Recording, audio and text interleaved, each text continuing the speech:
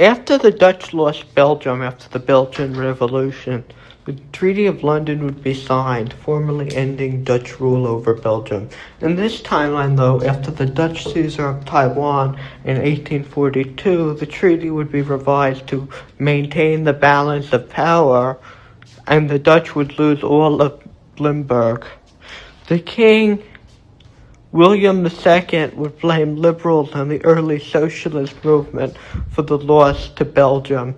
He would create a highly reactionary absolutist regime that would run Formosa as a penal colony for liberal, socialist, and rebellious Indonesians. Basically, he'd say to anybody who dared to challenge him to Formosa. The colony, however, would be unprofitable, so the Dutch didn't really care about it, and people would get rebellious thoughts. By 1845, the Dutch would be a majority in Formosa and would begin trying to overthrow colonial rule because they are being oppressed and basically forced into slave labor by the Dutch. The Council of New Utrecht met in 1847 in the city of New Utrecht, in our timeline, Taichung City. It featured delegates from the Dutch population, the Chinese population of Formosa, the native population, and the Indonesian population. On September 1st, 1847, the Union of New Utrecht was signed, creating the United Provinces of the Five United Formosas, usually known as the Formosan Republic, or the UPF.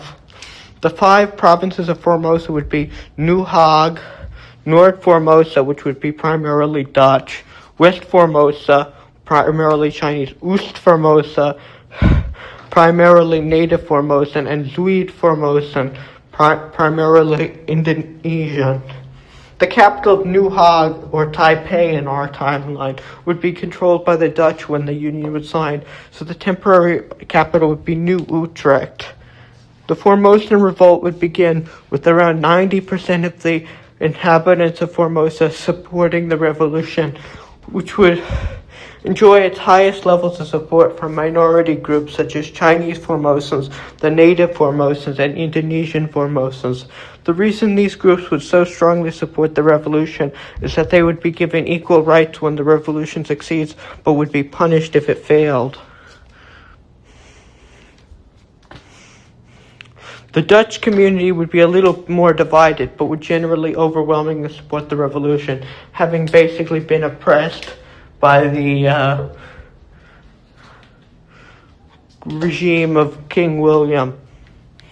The Formosan revolt would attract the attention of foreign powers, with the Formosans receiving direct military intervention from the British, whose public would be outraged at the Dutch atrocities, causing the British to join the war on the side of the revolutionaries, and indirect support from the Americans and who support the idea of liberty and republicanism, and the French, who would be going through a lot of turmoil, but would generally sympathize with the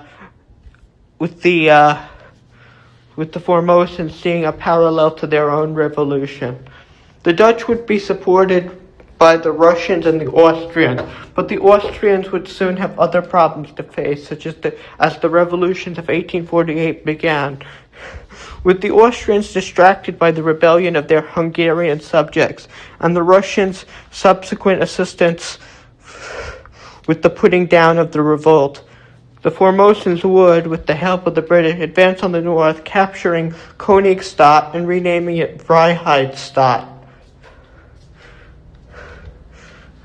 The British Navy would begin a devastating blockade of the Netherlands, hampering their ability to retaliate against the result. Meanwhile, the French and Americans would sanction Dutch goods. The revolt would culminate in two decisive battles. One of them, the Battle of the Wadden Sea, in mid-1849, would see the British sink almost the entirety of the Dutch Navy off the coast of the Netherlands. This would cause the Russians to withdraw support from the Dutch, seeing the war as unwinnable for them. By October 1848, the depleted Dutch forces in Formosa, unable to be resupplied and with the withdrawal of Russian support, would engage the Formosan Revolutionary Army on the outskirts of New Hague, and the Dutch forces would be defeated and surrender. An armistice would be signed, followed by a peace treaty the next year, where the Dutch would recognize Formosan independence. Formosa would give equal rights to the minorities living there, which would be radical for the time, because there was a lot of racism and shit at the time. The 5 provinces would each have their own government, just like a normal federation. The UPF would be a parliamentary republic with the head of the government, the Grand Pensionary, requiring the confidence of the lower house of the Formosan States General.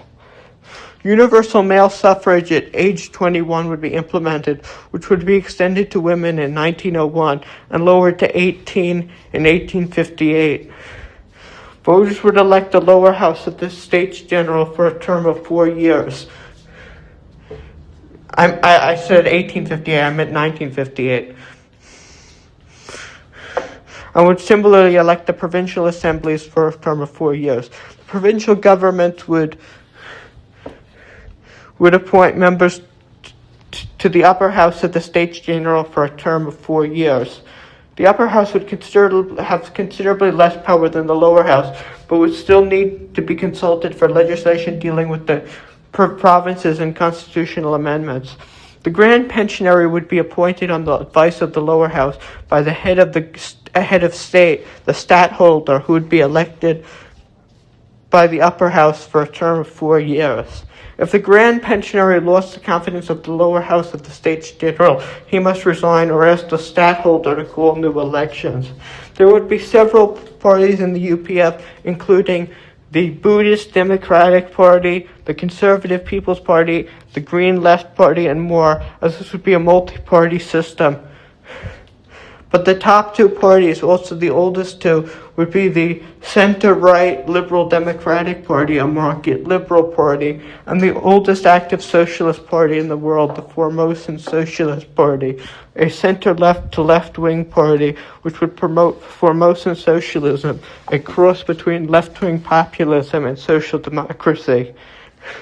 Talking about socialism in Formosa, it would be a major force since the very beginning, with the Formosan Socialist Party being founded at 1841, just after the Liberal Democratic Party.